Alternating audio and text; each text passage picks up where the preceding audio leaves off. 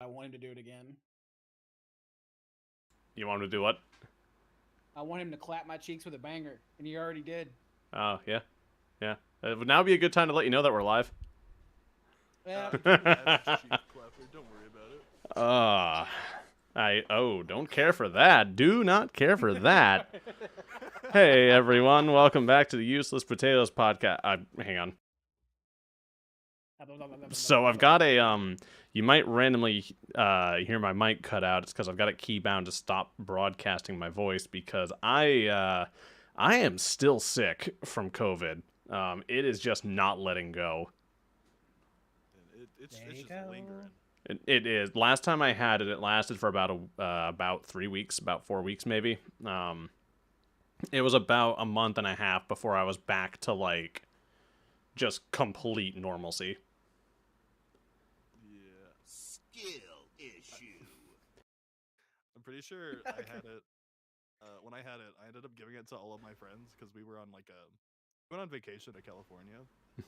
See, that was your first mistake, was, setting foot in that hellhole, but, Yeah, I was sick for the entire week we were there, and then I started feeling better when we got back, and I heard that they all tested positive for COVID, and I was like, dang. Oh. I didn't know I had it. When I got back, I tested and I was negative for it, so I mean, I don't know, but I had all the symptoms. Sucked. Lungs out here really just telling you to go eat a fat one, huh? We're bringing up that movie. Oh, no. Oh, yeah. I don't know if Neko knows about this one. Oh. I probably don't. Oh, my. We are going to be digging deep tonight. Yeah, I don't know much about a lot of things, so I'm more or less going to be listening and just throwing things in here. Oh, wait, I will love your reaction on this. All right. So, in case you can't tell, tonight's topic, more or less, everybody, is we're going to be discussing reviews, namely why there seems to be at times such a schism between what the audience thinks about something versus what the critics think about something. And obviously, that's not going to be the only topic, but we are going to be... that's going to be kind of the overall theme of everything for tonight, And I've got a few to talk about tonight that I'm really interested in, as well as, oh my god, my voice is so wet because I'm sick, as well as just other things of that nature. But yeah, the first one, Neko, have you heard of the French movie Cuties? No, I have not. Oh, no. So, I'll have you know, I don't watch many movies as it is, so So, Cuties was a movie made. The whole general plot, and I'm going to be as honest and fair about this as humanly possible because I feel like that's important. Cuties was a movie made with the express intent on showcasing the way that society as a whole overly sexualizes girls even from a young age, and it's supposed to be about a movie about why that's wrong, how that happens, what that looks like. Now, I will say, that's not a bad topic to talk about. That's, that there's something to be said about that. There is definitely a discussion to be had there, and I definitely don't have any problem with that discussion. I would just really prefer it if the way that you discuss the way young girls are overly sexualized from a young age, if to do that, you didn't just have a movie where there are several gratuitous zoom-in shots of girls twerking, doing very explicit dances. Ghost Post? Is that one of you guys? That's one of my friends. Oh, hi, we're talking about Cuties. We're explaining Cuties to Neko. Oh, they have COVID too? No, they don't, but that's one of the ones I gave it to. Oh, good. I think Neko gave it to me as well. That's where I got it from. So anyways, in her effort of discussing why sexualizing children is bad, she sexualizes children repeatedly throughout the movie using young child actresses who are between the ages of 7, or not 7, I think between 9 and 12. Yeah, I think Gildas was 12. Just repeatedly, over and over and over and over and over and over. They don't use body doubles for anything. And what's funny is the way the movie ends is I joined in and immediately knew what you were talking about. Yeah. So, what's funny is while the while the girl and her friends are all doing this stuff, these behaviors and things, and, doing it for attention and everything else, what's weird is the movie, for the most part, shows society not supporting it and not liking it. Like, barring a few creeps, the adults always have this look on their face of like, what the fuck are you doing? Stop that. No. Yeah, which is I feel like that's a very normal response to have when seeing something like that. No, right. That is the correct response, but it kind of defeats the whole point of the movie. Yeah. I don't go into movies to just not want to watch it based on seeing underage girls. Like, that's no hard pass. So, Like, on Rotten Tomatoes, this movie. Now, mind you, when the poster first came out for this movie, it received such bad reviews and such controversy that they had to completely redo it, and like there was a lot of backpedaling. Rotten Tomatoes gave this movie an 87% rating. Audience score 15. I don't. How? And I can't show this on the screen for very, very obvious reasons, but I'm going to link you to what the original poster was. So I'll just DM this to you because I don't want this shit in our Discord. I'm not gonna lie. Understandable. Yeah. So, well, I mean, to be fair, yeah, they're Discord moderators. They're probably into this sort of thing, but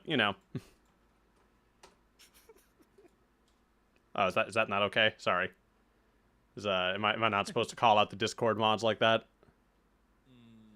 aren't we the Discord mods? No, I mean like the actual one. Oh, Neko and Taylor are pretty Oh. quiet. All right, yeah, I gotta turn your guys' gains up. Oh, like the actual okay, yeah. Oh, that's why you're so quiet.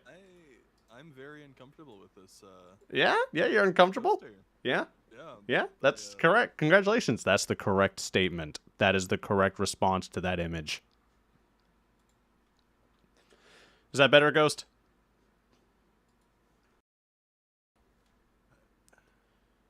Who approved this? The Initial French. poster? Oh. And okay. Netflix. And Netflix, sorry. The French and Netflix. Right, my mistake. Yeah, this movie, such controversy. So many people en masse just screaming, no, this is not okay. And, yeah, Netflix, I think it's still on Netflix is the thing. Really? Yep. So if you want to go out there and watch it, you So yeah, if you want to go watch that, if you want to go enjoy some. Well, I actually don't know if I can finish that joke. I'll be real with you. if you Yeah, want you if you probably want should've. if you want to do a sneako and go watch Cuties.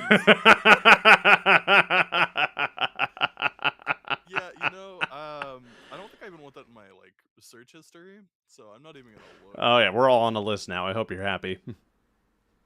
Yeah, there's plenty other reasons we'd probably end up on a list, but But I yeah, don't like the silence that followed critics loved this. They thought this was a poignant and sincere commentary on the sexualization of underage girls. But the audience went, "What the fuck am I watching? What is going on here? I don't like this. Am I on the list now?" that. That's kind of like the guess- first big disconnect. I think it just comes down to the fact that a lot of critics will kind of overlook that and look for an overarching theme. I feel. Yeah, they're like English teachers. Yeah. Um, I think it's worth noting that if you make a movie or a game or a show and that movie or game has a very specific theme or a plot, or video games especially nowadays, as long as it pushes a certain message or a certain idea, even if it's one you might agree with, critics will very often just wave away any issues with that product, and sometimes, depending on who it is, they will go out of their way actually to promote or signal boost that product, even if it's at a disparity in terms of like what people think about it between them and independent critics or the community itself, like the customer base, the consumers. Yeah. Like, yeah. And I told Nico this earlier, is that again, this is, so first of all, like my first guess would be that critics try, because these are, in a sense, like they're both in the same industry. They're both in the movie making industry. One is more customer facing with the critics, and the other one's the actual creator. But you still, there's still like a professional decorum amongst like people in your industry. You want to show respect to them, and so maybe they end up being kind of lenient in that department. They try to give the benefit of the doubt in the matter, whereas a consumer, and as you should, you don't. Like, it's very much, what are you giving me? What are you presenting to me face value? You're not trying to give any sort of leniency or understanding or good faith because you paid money for this. Like, it's no. And so critics have a tendency to, I guess, to like let things, like you said, slide because you're in the industry. But Yeah, and I mean, the it's also one thing to go into a movie or something for like a leisurely, like, hey, I'm gonna go watch this and enjoy it, and then get hit with that. Whereas like a critic will go in like, all right, I have a mission to do. I have exactly these things I need to be looking for. Anything else doesn't matter. Right, right. well, yeah, and that's the other thing, is that as a, because so like the best like relation I have is with music, because was in marching band, was a band nerd for a while, play guitar, used to be able to read sheet music, spent like a lot of time like researching composition and everything. And when you get that deep into it, you there's a nasty tendency to lose touch with like the kind of the fundamentals of like just enjoying it, or just because you get so hypercritical and so hyper analytical, where like, so for like, maybe the critics looking at cuties were like, oh, like this is like, I'm not trying to say anything about the camera angles because I don't want to, because I don't want to end up on a fucking list, but like the lighting, the story, like you're more analytical of the story. How are they doing this one storytelling technique? Are they doing it well? Is there this like proper setup? Whereas a consumer, you're just sitting there, oh my god, what the hell is going on? With the critics, like, okay, so they're doing this plot. This is how they're demonstrating the theme. This is how they're using symbolism, and so you're so caught up in the analytics, not the analytics, but like in the minutia of it, that you're not like, you sink too deep and you're not looking at the bigger picture anymore. Like you're in the weeds. Yeah, I'm kind of trying to read some of these reviews, see if like I can see how they like say what they say.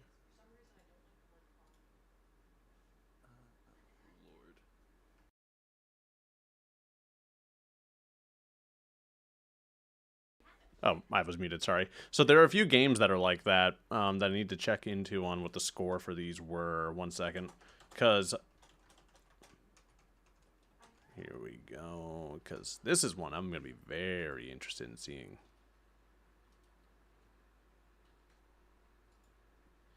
So, here we go. Okay. So, I have not played The Last of Us 2, right? And having not played The Last of Us 2, I, in good conscience, can't shit on the game, and I can't praise the game either. I can't really say if it is a good game or not. But what I will say is that every review I saw of the game that was a positive review, if it was a game that was or if it was a review that was a positive review, and at no point did they ever mention any of like the themes or anything like that about the game, any of the like the social messaging or anything like that. If it was a review that was strictly on the quality of the game, usually the review was somewhere around like, this is a good game, but it's only like a 7 out of 10. This is a good game, but it's only like maybe a 7.5 or an 8. Metacritic 93, yeah. User ratings 5.8. Now, what's hard about that is review bombing is a thing, and I'm sure that was a thing that was happening quite a bit, but oh god, because of the leaks, what happened with that? Yeah. So I didn't play it, but I watched like a video game movie or whatever. They just took all the cutscenes and the story bits and put them on, because I'm like, I'm not gonna pay for that. And story wise, it felt kind of. It was kind of like Velma, like the cartoon on HBO Plus. Oh, Like, it just felt that's kind not of what you want to vindictive. hear. That's not what Yeah, you that's not want to what's hear. where it felt. Oh no. You ever watch something and you can't help but feel like the show doesn't like you, like the viewer, like the show is just being vindictive. Yes. Like The Last of Us 2, for like because there's some genuine heartfelt moments there, but certain scenes I won't say just felt like vindictive and mean, and then the game goes on to act like they're masterful. It's like no, they just kind of felt hollow, vindictive, and cruel. Like I don't. It reminds me of. Oh my god, I love Velma Shaw. I don't believe you, chat. It reminds me a bit of people who just keep telling me I have to play Life is Strange, and then every time I see a clip from Life is Strange, I'm like, no, I don't actually. I don't have to do that. Stop lying to me. I had to stop I playing enjoy Life is Strange. I enjoy Life is Strange, but there is cringe. Like there is some very cringy dialogue. There is I shot myself. there- Stupid gun. that there is a lot of like hello fellow kids kind of moments. But, like, the overall story, because like there's like a really like sad, sincere moment where they don't do any of that dialogue and it's beautiful. But then you just go back to stupid gun. It's like, god damn it. I think the Why couldn't problem you- is every time I see Life is Strange, every time Chloe opens her mouth, I want something bad to happen to her.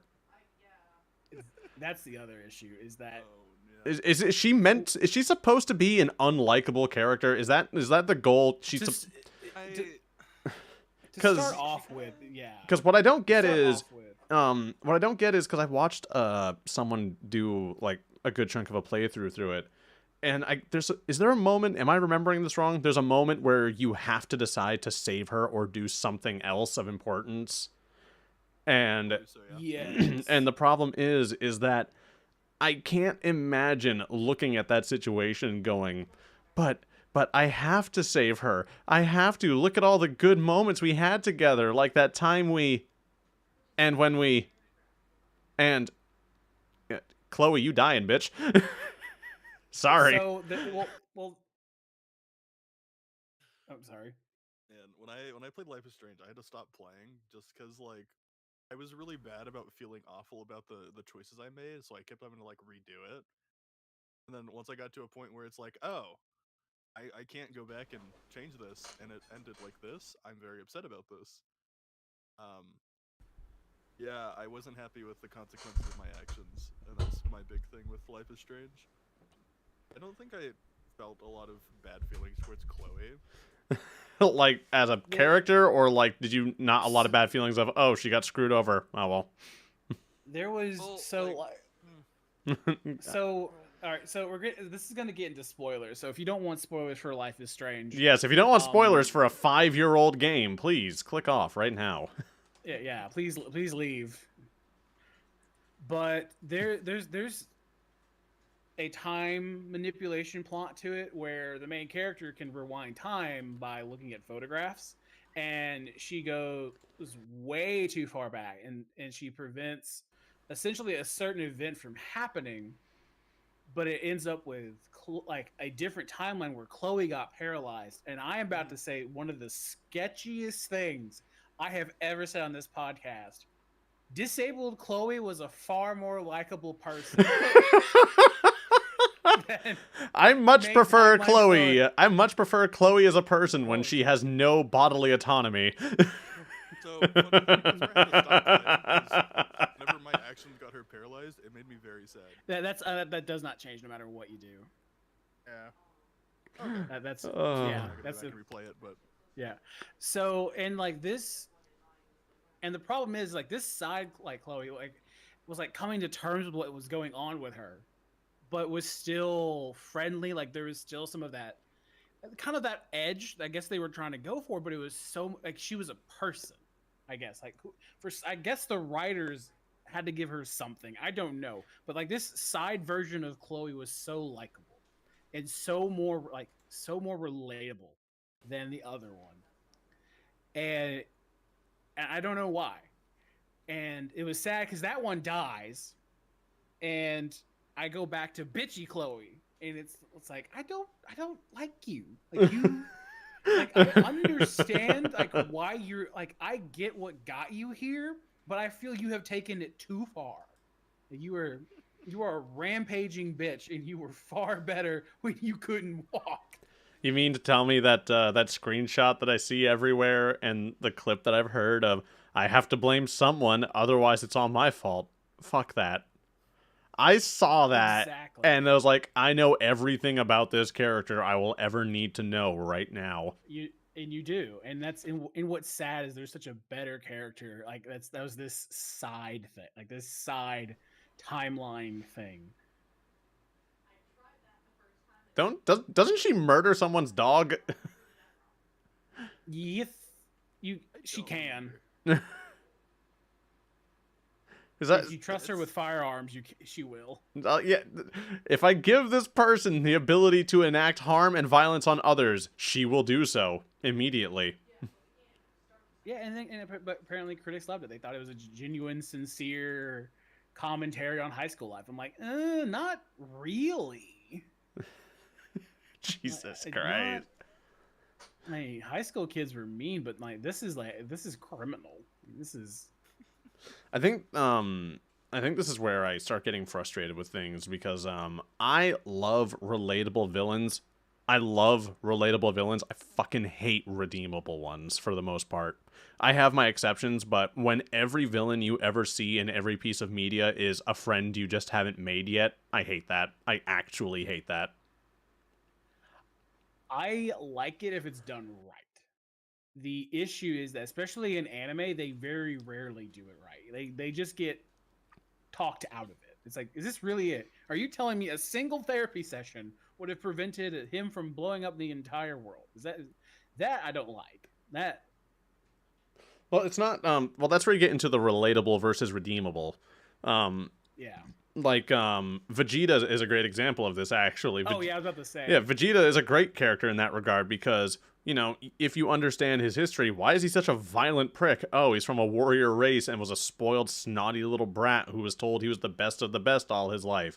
And then his world was destroyed, and he was some basic rank-and-file scumfuck for this guy who destroyed and sold planets for a living. Alright, yeah, I get why he might be a shitbag. And then as time goes on, he eventually is like, no, you know, there's more to life than this, and, you know, I don't know if I want to be a good person, but I want to at least be someone who can raise a child and, you know, provide a future for the people around me who have taken me in, which is great. And then every time I hear about a character like one of the villains from like Steven Universe, I'm like, I'm not one for genocide, but maybe your entire people should be purged. I'm just saying. I've met 80 of you, and I've only liked 2 of them. Your batting average is pretty shit right now. You really are. Listen, I haven't met every member of the KKK, but I'm pretty sure they're all racist. At least, you know, at least most of the ones I've met have been. Probably the ones you haven't met too. I feel like that's a bit of a job prereq. You know, it's just one of those things like, you know, every single one of your ambassadors that I've gotten to bump into, with the exception of 3, who are the worst parents I've ever seen in my life, by the way. They are not capable of raising a child. Every one of your people have just been shit, and I like, and not in a, oh, they're just bad people. No, like you keep trying, you keep trying to wipe out civilization. I don't know. Maybe it's you. Maybe you're the problem. Like, listen, even Taylor Swift eventually admitted it, so. I just, like, good lord. And I think that's where I get frustrated because I don't like when every villain is just, like, these villains are just a friend you haven't made yet. I don't mind mercy endings in stories and stuff like that where, like, you know, like at the end of a lot of the Spider-Man comic series and stuff like that, or things with a lot of superheroes, they don't kill the villain, but they do say, like, you know, no, I'm sorry, you know, you're gonna have to go away for a while. Maybe some time, maybe some therapy, maybe something will help you, but no, you don't get to just walk away after this. There are going to be consequences, and there's no snap my fingers and everything's fine about this. Yeah, Thanos did nothing wrong. Oh my god. Apparently in is it one of the shows that's out now, or one of the recent movies? There's some organization that is more or less dedicated to the ideals and thoughts that Thanos had, and they unironically have signs written in places saying Thanos did nothing wrong or Thanos was right. It's a thing? Yeah. Wouldn't surprise me. Like, Marvel writing has kind of forgotten how to be self-aware lately. Well, Marvel, I feel like, is one of those ones now where every time I hear from something from one of the writers or one of the actors, I'm reminded of, I think you worded it right when you said, oh, this thing you're watching hates you. And in this case, it's not the thing you're watching that hates you, it's the people that made it hate you. Yeah, it's a weird feeling. I can't explain it in the least. But what's weird is you just know it the moment you run into it. Like, Right. especially like with Velma, like Amy Schumer comedy also has the same sort of vibe to it. What was her name? She was a comedian like a few years ago, and she was like always at the roasts for people. God. Like kind of a bigger lady. I know who you're talking about. Hang on. Because she recently Lisa Lampanelli? Yes. I was halfway through Googling it when I remembered, like, no, I know who that is. Yeah, like her comedy, like it just kind of comes off mean. Like it's It is, trying yeah. to be funny by being mean. I mean, that's a bit of comedy that a lot of people enjoy these days, I feel. Well, I mean, it works, but I think there's a fine line. There's, I could probably make fun of you in a way that would be funny to you, Neko. Like, I could probably do it if I sat down and thought of a few jokes in advance. But there's that, and then there would just be me walking up to you and just saying, hey, Neko, you stupid fat fuck, I hate your shirt. And then, like, saying it with a completely straight face. I feel like anything anyone says to me, I take as a joke these days, so I'll probably still laugh at that.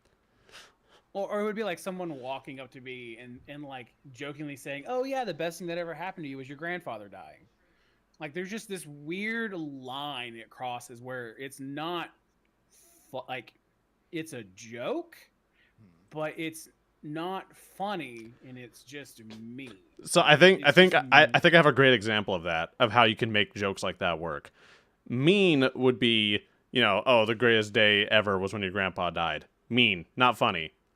Better way to say it. The greatest day of your grandfather's life was the day he closed his eyes and never had to see your fucking face ever again. That's kind of funny. That gets a giggle. Like that's kind of funny.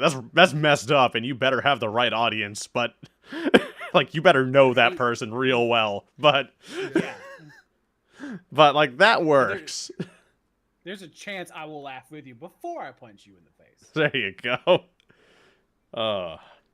But yeah, stuff like that. And I think it shows in a lot of pieces of media. I think one of the big examples of this is when you'll see writers and stuff at like Netflix or these other companies, and they start having problems with the actors because the actors are just straight up refusing to do certain things or read certain lines or say certain things. A good example of that recently was the Addams Family show, Wednesday. Is that what it's just called? Just called Wednesday.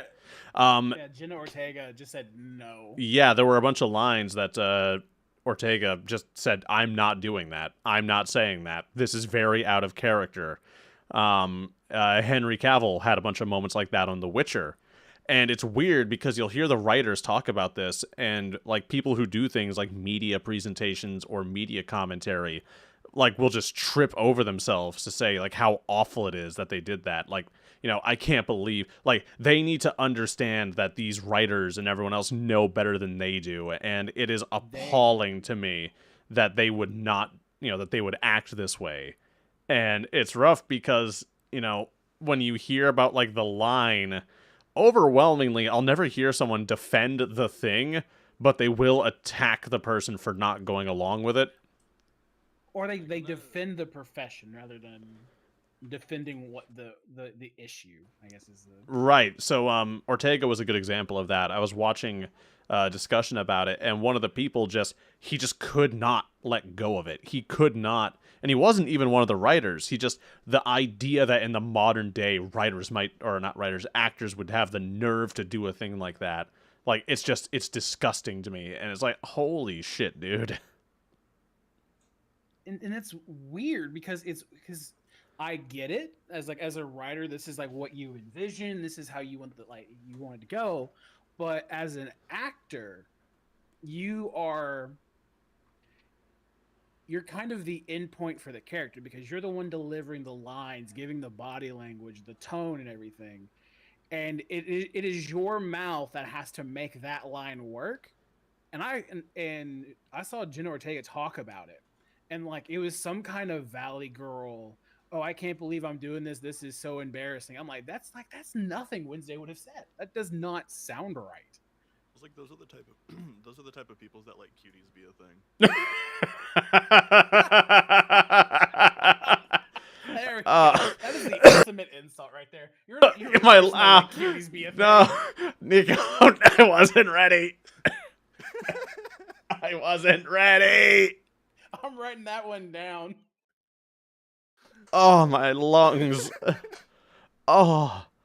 I apologize to your lungs, Dan. Oh, God. Oh, it's like I just snorted diamond dust. Oh, is that good?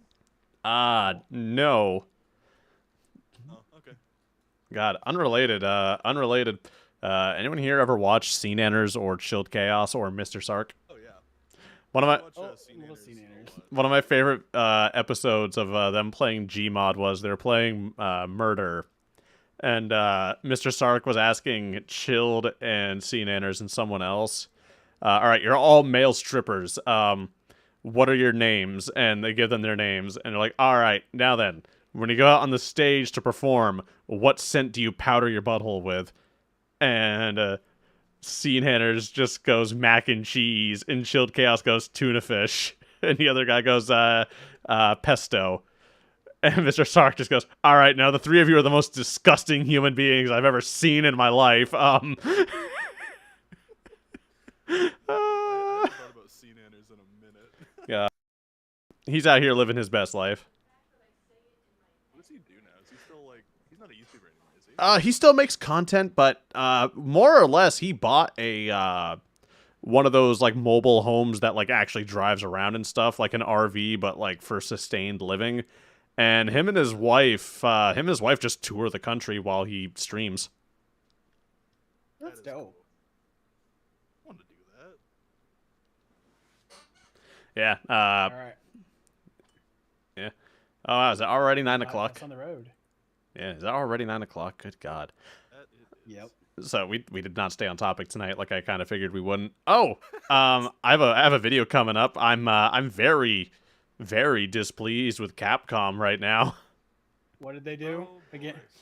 So the Mercenaries update for Resident Evil 4 came out, and it's a good update. You know, it's fun. It's what I wanted.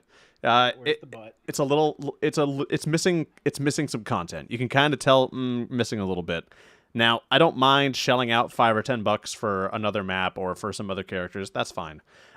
They did add the ability for you to buy tickets that you can use in your actual playthroughs of the campaign to make the run much easier for you. So you can actually pay to win a single-player game now. Oh. Wow. You can pay to Wow. win a $60 game. What? Yeah, there'll be a video about that on my channel real soon. Oh, I'm That's sure it's gonna be amazing. I bet you $5 they did it. They wait for the review cycle to be over just so they could slip that shit in later. Oh, absolutely. You kidding me? Absolutely. Do you remember when Battlefront 2 dropped and there were these journalists just breaking their backs, bending over backwards to try and justify the microtransaction system in that game? Yep. It's not that bad. It's about player choice. Like, a sense of pride and accomplishment. Good Heck God. yeah. I get violently angry when I think about that sort of thing.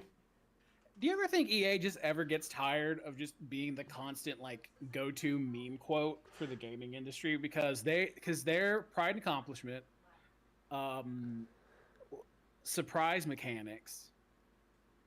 What else? I feel like they have another one floating around there, but like the two biggest like anti microtransaction quotes come from them. Yeah, I just my biggest complaint with EA, they made Anthem. Oof. That's probably I those are forgot. probably the same people that liked cuties. No. Oh, Such a God. good insult. God. Uh. I don't feel. That's a new insult to throw at people now. You probably like cuties. So, fun fact: when Taylor said Sneeko did, that wasn't a joke. I know. Yeah, that's not a joke. That's just real. That's just true. I'll, Yeah. Watch listen, these clips. watch these clips. Oh my God. They're First of mags, all, these are dumbass. mags. Okay, those are mags.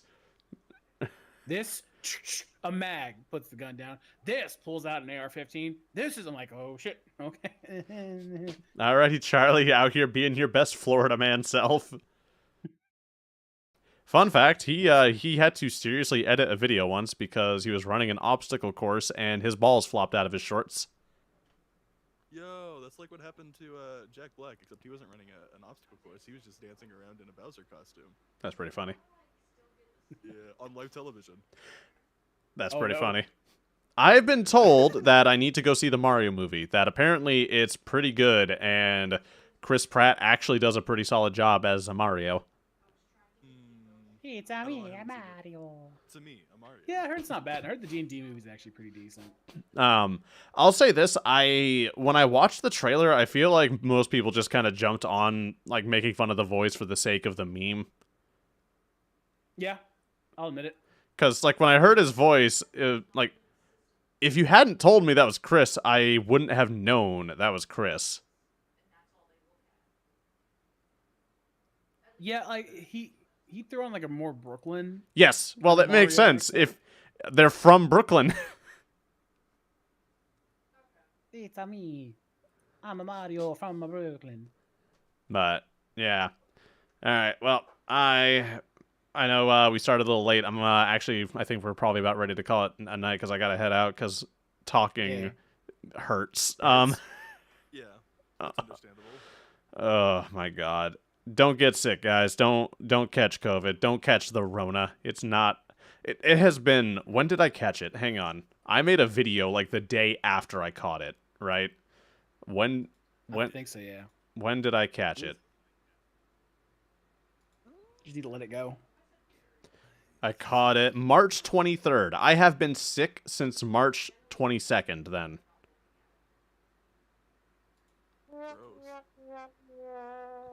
God damn it.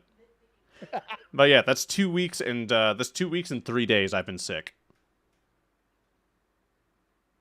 Yeah, that's about right for COVID because I think it took me about 2+ weeks to like get over it. And I'm pretty sure I was comatose one day because I don't remember getting out of bed. All right. Well, anyone got anything they need to plug or promote before we call it a night? As usual, I got nothing. Yeah. Stop, please, dear God, don't watch cuties. Okay. That's all I got to plug. Alrighty. Well, thank you all so much for tuning in. Hope you enjoyed this short but sweet one. I'm gonna go drink water and wait for either my lungs to feel better or collapse until I suffocate and don't have to feel anything anymore. Both are perfectly acceptable at this point. We'll play a fun song at your funeral. All right. I want it to involve the stages of life, namely going forward and backwards. Oh, like do. Just a very sad organ. Just a very led sad, slow version of Baby Shark. Baby Shark. trap remix. There you go. Perfect. Bring in the good old Sweet Caroline remix. Sweet Caroline. Pow, pow, pow, pow. I remember when you sent me that, and I was like, I don't understand. Why is everyone memeing? This is fine. And then it got to the beat drop, and I was like, ah, Oh, I see. well played. All right. Bye-bye.